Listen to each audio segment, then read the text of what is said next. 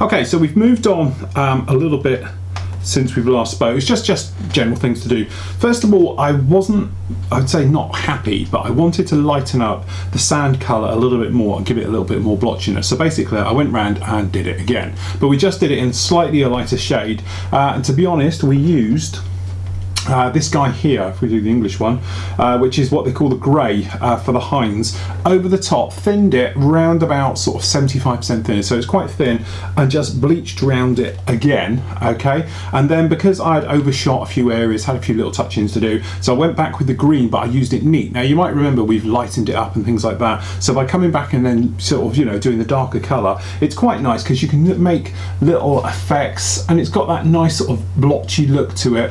The other thing as well, you might be able to see down here on the actual the mouth itself, we've still got to colour the red bit, but I've also given it a blow over with obviously the green paint just to knock it back. So hopefully as you see it like this, it now looks as if it's painted on rather than just sort of, you know, a white decal on the top or white paint on the top, because we need it all to sort of blend in. And then hopefully you can see this side's a good example of it. Down these areas here, I've tried to sort of recreate that sort of touch-in look to it. Now the effect we're going for is a bit of a mishmash now, but it is roughly something like this guy up here, okay, which is obviously the helicopter we're doing, which we've taken our colour scheme from. See, it's very light, okay, versus this guy here. We get rid of the glare.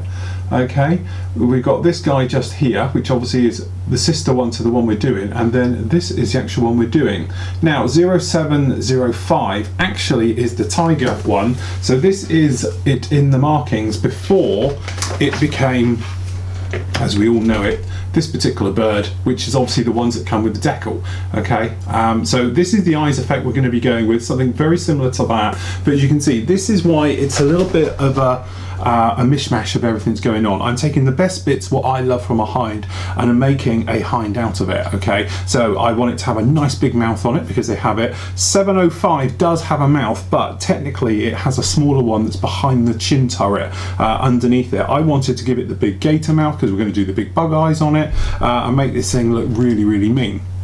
So we've basically gone around and taken care. We've tidied up this little wing area, the pylons as well. So you can see they're all, it looks like a rough paint job, okay, and normally you would avoid this like the plague, especially when you're doing aircraft, because you don't want it because it looks awful. But what we're trying to do really is just sort of, you know, get it all to look very sort of mottly and everything else. Now one little tip which I picked up from a good friend of ours, which is John Wilkes, known as, you know him probably as Tigger, was telling me about doing this thing with the decals where we've chipped it up and scratched it up and everything else.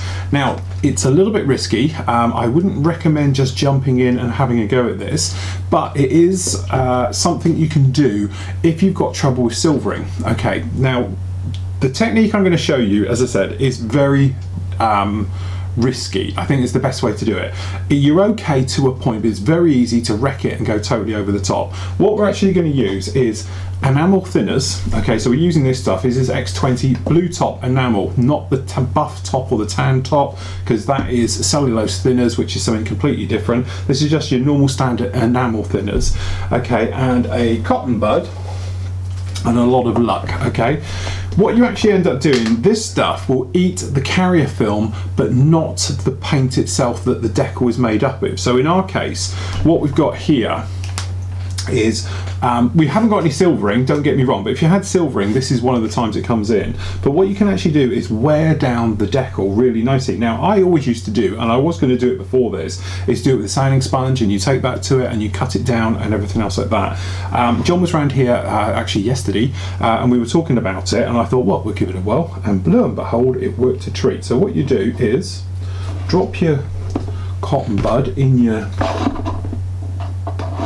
thing. Forget that, we'll get that in a minute, but normally not dropping your cotton bud in your thinners. So enamel thinners, don't use cellulose because it will just rip the hell out of it. Okay, this is enamel thinners, and all we're doing is putting it, a coat of it, over the actual decal itself. Okay, so you put a little bit on there and you just rub it Now, because we're using acrylic paint, it's not going to actually do anything to the paintwork whatsoever. But what it is going to do is eat the decal. Okay, but it's only going to eat, hopefully, the actual carrier film itself. So what you do, you get it a bit on there, and you see we're rubbing it quite hard, and although we've got a little bit on here, we've got nothing massive. Okay, now I'm going to do the little yellow one here. So you go all the way over, and when it starts to soak in, you'll notice it starts to tear at the decal. Then you switch to your finger, okay, and all we're going to do is start to go over. You might be able to see what little tiny bits of coming off it now. This is riveting detail and bits coming through now, but it's eating through the actual carrier film on the sides, and it's, so I don't know how you can see it on the top, catch it on the light. It's one of those things just trying to catch it in the light, but the carrier film is physically peeling off. Okay, and obviously it's going to weather our decal a little bit, but it eats all the carrier film and leaves the decal behind. So I'm just going to keep rubbing this. You might be able to see the bits rolling up on this now. So what I'll do, if I can try and catch this in the light, you might be able to see there, you can actually see the decal is starting to dissolve. Okay, and we're getting all the lumps and the bits are coming off now, but hopefully what it'll do as well is slightly chip at the actual colour itself, because we want to lose a little bit of that. But you might be able to see these bits all rolling up on here now, and this is just the carrier film, and it's leaving the decal behind.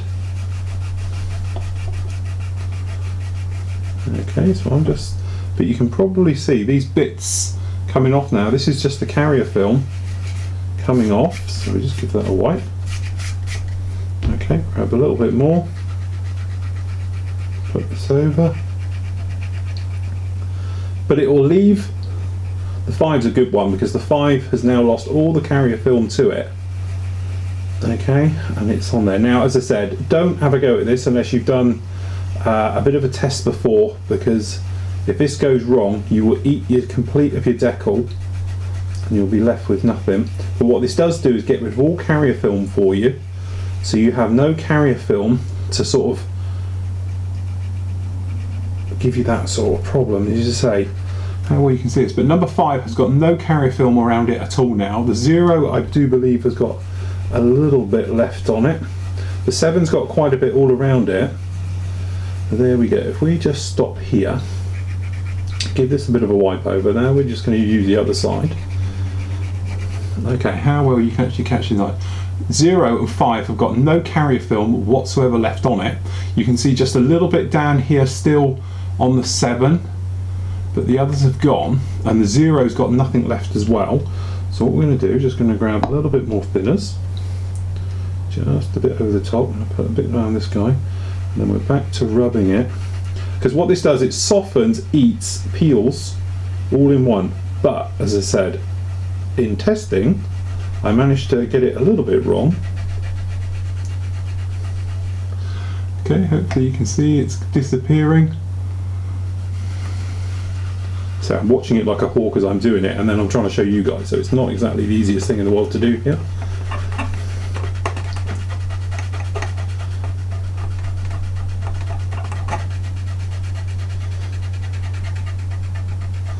Okay, so we're just going to give it a good old rub now, because I hopefully want to take a little bit out of the lettering.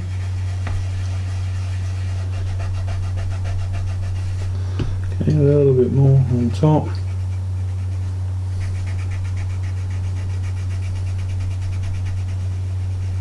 But as I say, this is one of those things you just gently work at it.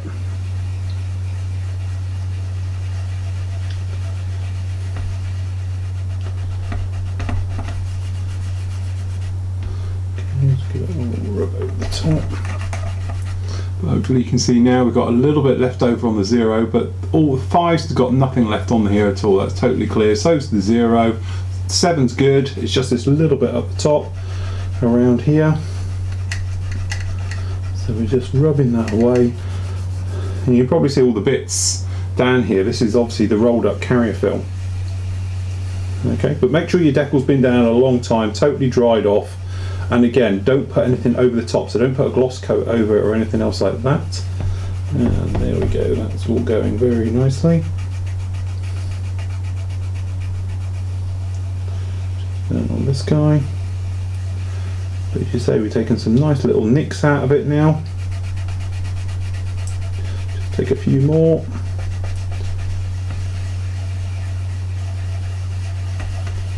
All good. Okay, so now if we just clean that off, so we just grab a cotton bud.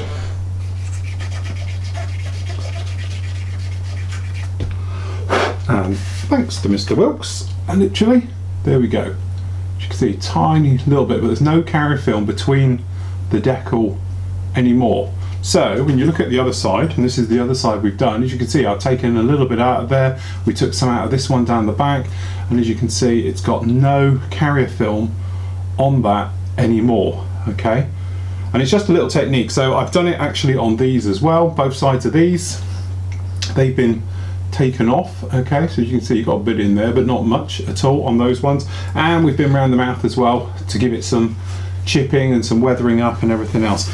As I said, just first of all test it. Don't just rush in and have a go at this, because it could go completely wrong very, very quickly. And obviously if you were to use something like cellulose thinners, you're going to put it on, it'll shrivel up, you'll touch it and it'll go okay. So make sure it's an enamel thinner. Okay, make sure, test it. When you're happy, then go onto your model with it. Also, it might be worth just having a go and getting used to it, because the rubbing technique, as I said, to be honest, some of this chipping on here is a little bit more than I would have wanted, and that's purely because I wasn't used to how to do it. Now I've done it on a couple of them. I've done, this is the last one to do on this side. As you can see now, it's dry. No silvering, because there's no silver paper on there. But as I said, please practice. I can imagine it going horrendously wrong really, really quickly. So apart from that, as you can see, we've gone around and generally weathered it in now and everything else. I have taken these off just to have a look in, just to see what's going on, making sure we're all okay on the inside. So what we can actually do, once now we've weathered these little decals in, things like that, we're quite happy of how they are and everything else. What we can do is actually put a sealer coat down onto this just to protect everything and say, right, okay, that's our layer. We're gonna, you know, go move on from that one. And next thing we can do is go on with washes, and then we can do more detailed work. So we can put in some streaking techniques and general weathering and grime and effects and oils, hydraulics, things like that. In the meantime, we've finished off the rotor head, as you can see down here. So we've got the little ball on the top here we need to weather in. This had an ink wash right the way over it, just to sort of give this more a metal look and everything else, as you can see on the underside and everything. So we've still got to do the tip lights on here, but I've also dry brushed the blades as well, just to give them that sort of nice, you know, on the top, these little areas are darker. So I've actually done it with a very dark grey on the top, so we get the nice bleached look between the, on the actual rotors themselves. So when you're looking across them like this, these are quite faded at the tips. So that's one with that. But again, that needs to have washes and all the rest of it. We've also been working on the undercarriage. Okay, so we painted up the actual wheels and stuff like that. The wheels are dead simple to do because the hubs are separate. So the tyres were just done with Tamiya, where is our favourite colour is the XF85, wherever I've put it, which is this nice rubber black. I think it works lovely. The great thing as well you can do with this, you can polish it with your finger, because the grease off your finger polishes the actual flat, makes it more of a satin, gives you a more rubbery look and everything else. Then it went round, it's had an ink wash right the way over it completely. The actual suspension strut here, that's done with a metallizer buffable paint. Okay, and we've done exactly the same on the main gear as well. Now I know what you're thinking, and it isn't glued for that very, very reason. It's because we've got to put a flat spot on these wheels. It's a massive flat spot. It's a flat spot that runs probably about almost a third of the tyre is deflated on this. It's a shame it hasn't got the weight on wheels, because obviously it's not pushing out, but what we're going to have to do is sand down. The trouble with that is it's at a slight angle and everything else. So what I've done is I've deliberately not glued these into position, so when we fix it we can work out what angle the tyre is at and everything else. There's a little technique I'll show you for that, and then we can do it. But the trouble is, I think it is at such a flat spot, it's actually going to cut through the tyre. It's going to be hollow on the inside, so we might have to put a little bit of plastic hard down and repaint and blend it in and things like that, just so it doesn't look like you've got a hollow wheel, you know, being cut off like a segment. So we need to do that as well. So that's those bits. As I said, there's a few bits and pieces I'm going to crack on with now. It's not really showing you. That's putting the weapons, gluing them together. I'll show you painting them.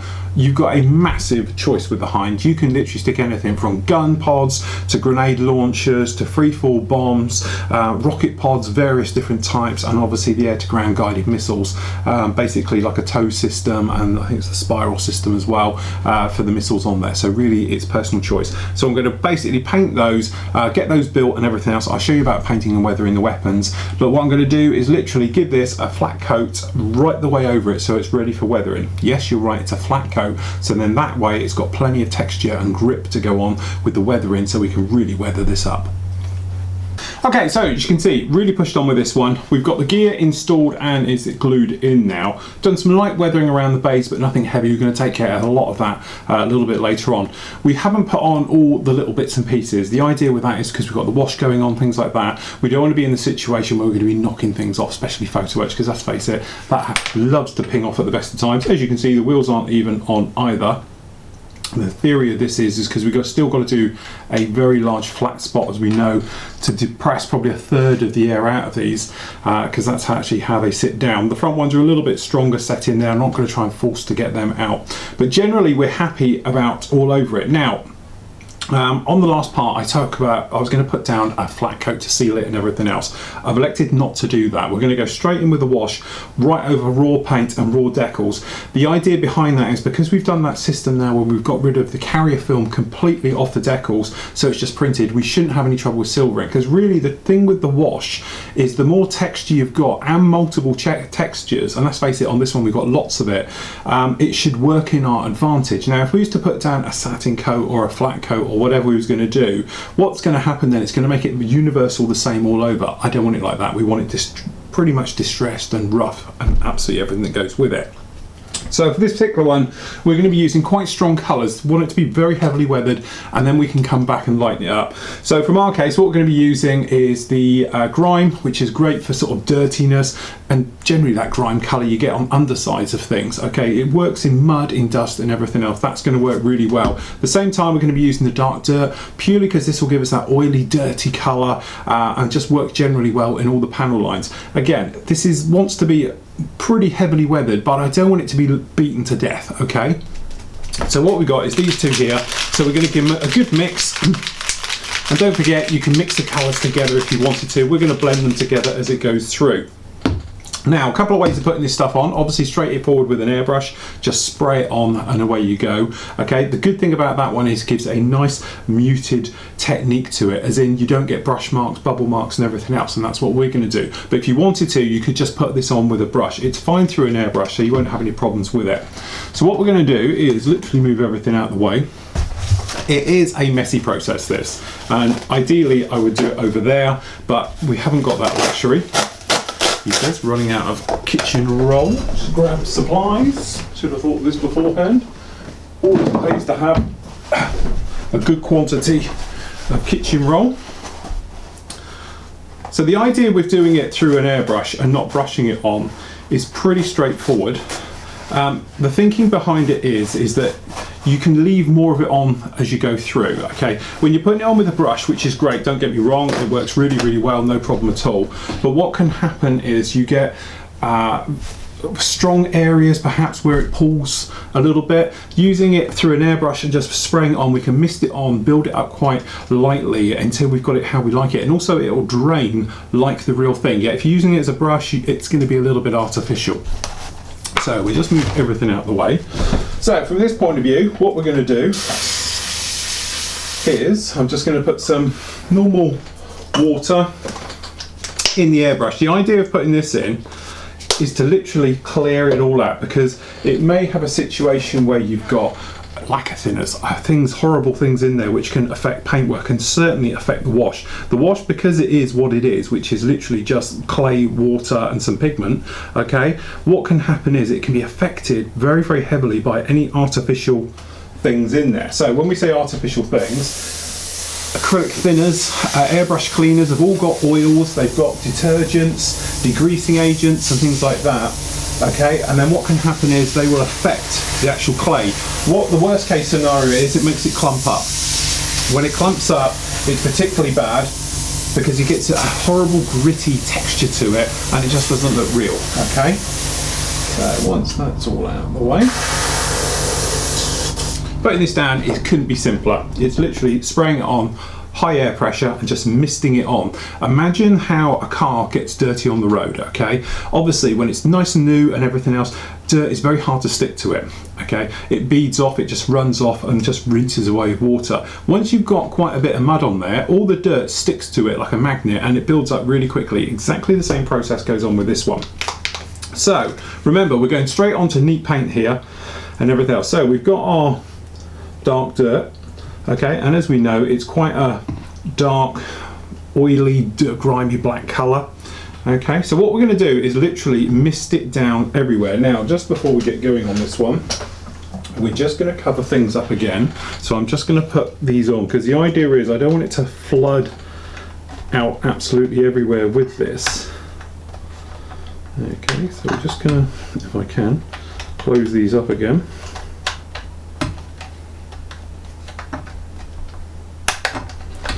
Get these in, they're a little bit tricky to fit in.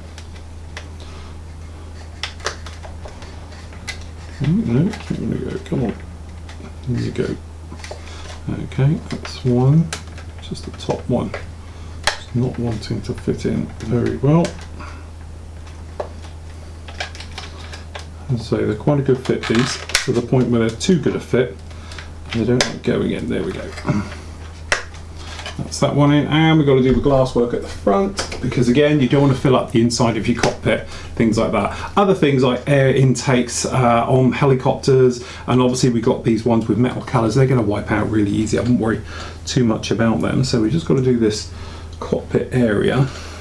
Again, the trouble with doing the cockpit area is we've got it down here, we've got so many little delicate bits. I don't want to wreck anything we've done, and I don't want to stick it to the seat, otherwise what's going to happen is that it's going to be absolutely lovely and it's going to pull the photo etch seat belts and sides and everything off. So there we go, that gets that all in there like that. Then if we try it again, check your flow. You can say, as you see, it's a pretty dark colour. So what we're going to do is think about how it's going to weather. Think about obviously areas are going to get it more. Exhaust, stuff like that, you can work to your advantage. But just to start with, we're just going to put in a little bit. It's a little bit spitty for some unknown reason.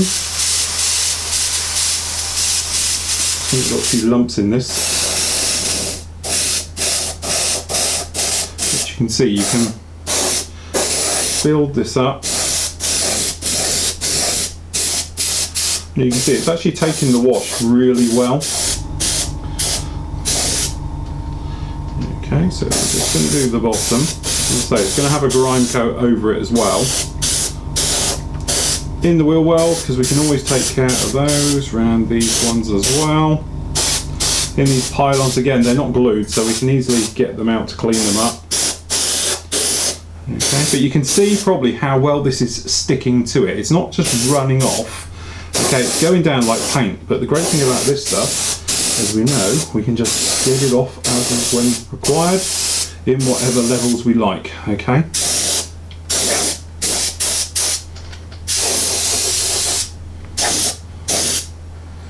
Okay, now the thing is, this is a little bit thicker than is needed, so we can thin it with water, but what we're going to do with this, we're going to go around, just going to put it down everywhere to get it in the panel lines, and we're probably going to come back with a second one to rinse it back. Okay, so we're just going to take a dab more.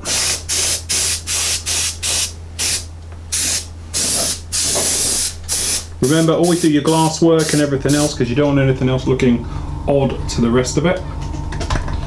Okay, hopefully you can see. As I say, trouble is I've got nowhere really to grip this guy.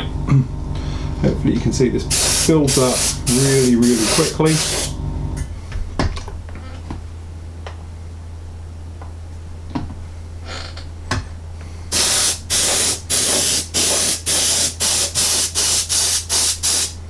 So if you ever want to do muddy tanks, armour, this is the stuff to do. Just put it down with an airbrush and you'll be good to go.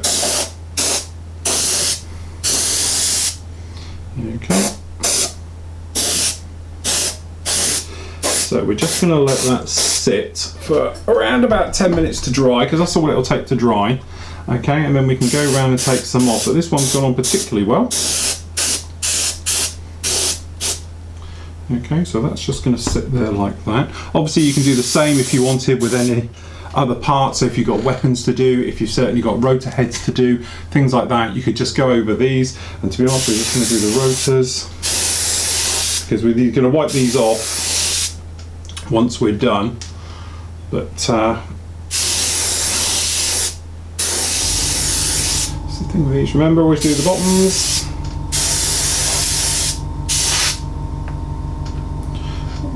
Go there.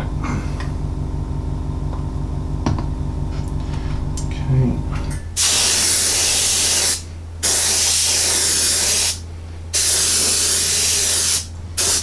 Okay, there we go.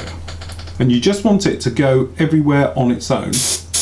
Okay, and literally just sag down, drip down, and everything else like that. And then what we're going to do is we can come back and do two things with this. We can either say to ourselves, right, okay, we want to rinse it back technique, you can wipe it back, or do a mixture of both. So what I'm going to do is leave this for around about sort of 20 minutes for it to totally go off and everything else like that.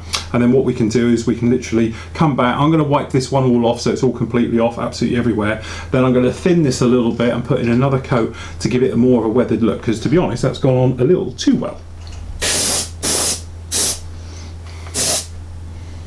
Okay, so the wash has been drying now for around only about sort of 10 minutes. Doesn't take long at all, strong studio lights and everything else. But normally just wait until it's completely dry.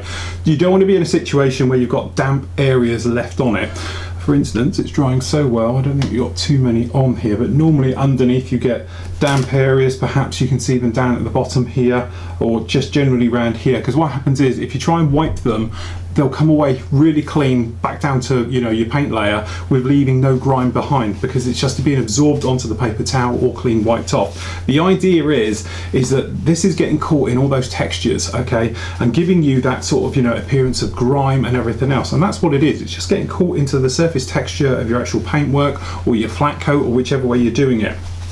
The other way is, when you're doing blades like this, always keep it resting down, okay, because we don't want to be in a situation where, you know, you can actually bend them, break them, shatter them, pull them all apart. Okay, so literally we just pop it down and then giving it a rub. And if you've ever wondered if this stuff works with raised panel lines, as you can see it does. You just go against the grain. Okay, so instead of going with the direction of airflow, perhaps you might want to go slightly away from it. The other thing as well, this will, because it's clay, and clay by its nature has got like a texture to it, it will polish up certain areas. For instance, metal work gets an extra sort of rub over because it actually making it nice and clean, and obviously giving it a very nice texture to the edge and everything else like that. But already we've gone from being just green and faded and all the rest of it to something a little bit harsher.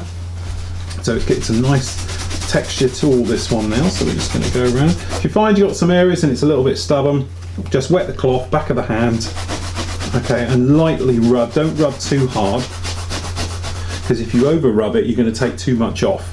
Okay, so we're just walking our way around the blades. Okay, remember doing all the edges as you make your way round. Okay, just doing a little bit of moisture, very light rub on the metal surfaces.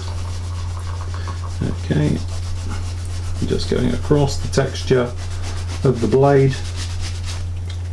It's a little bit heavier going up here. Going all the way over.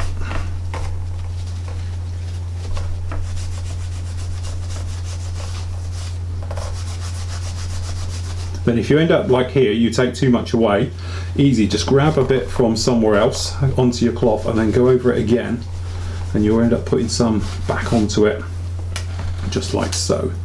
And that's what we were talking about, because I've just cracked that now. It's got a small little crack in that blade, so we're just going to have to be extremely careful how we do that one, and glue that one in a minute.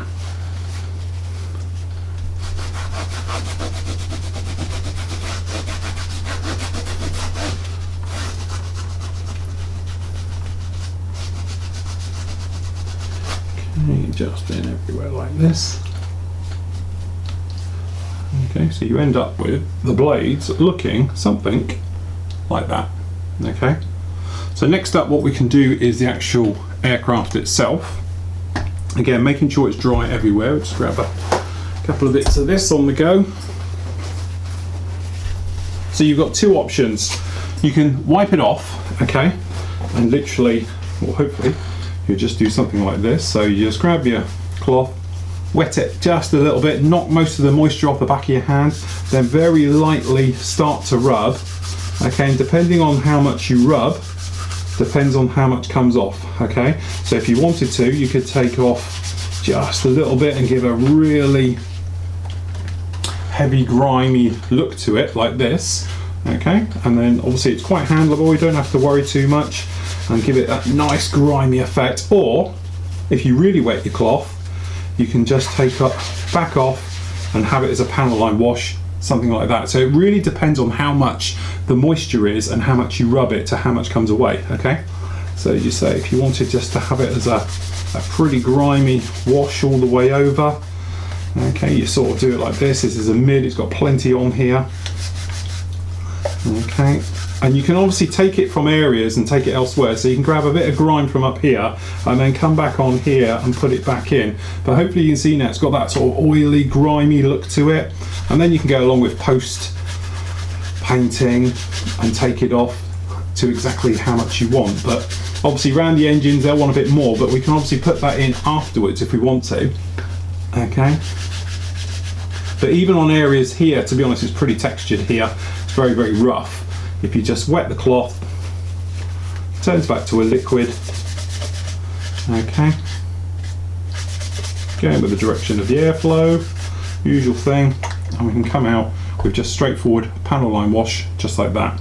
Okay, so it really just depends on how much moisture, how much you rub it, and obviously how much you put on. Okay, so what I'm going to do is just going to carry on taking it off everywhere, and then I'm going to pop some back in a little bit more sort of discrete areas to do things like exhaust work, grime work obviously on the underside, and bits like that. Just be careful rubbing, because don't forget the clay itself has a texture. It's almost like a very fine polishing compound, because obviously you can feel it in your hands and everything else. So when you're rubbing really hard, you could rub through your paint if it's not been protected, and obviously we're not on this one. So just be aware of that when you're rubbing it to death, especially if you've got areas on edges, raised detail and bits and pieces like that.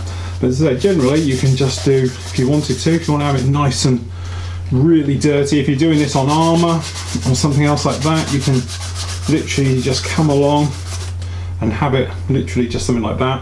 Or we're going to go with a little bit more muted down. We're just going to put it on and give us a nice grimy with the panel line and the bits and pieces like that.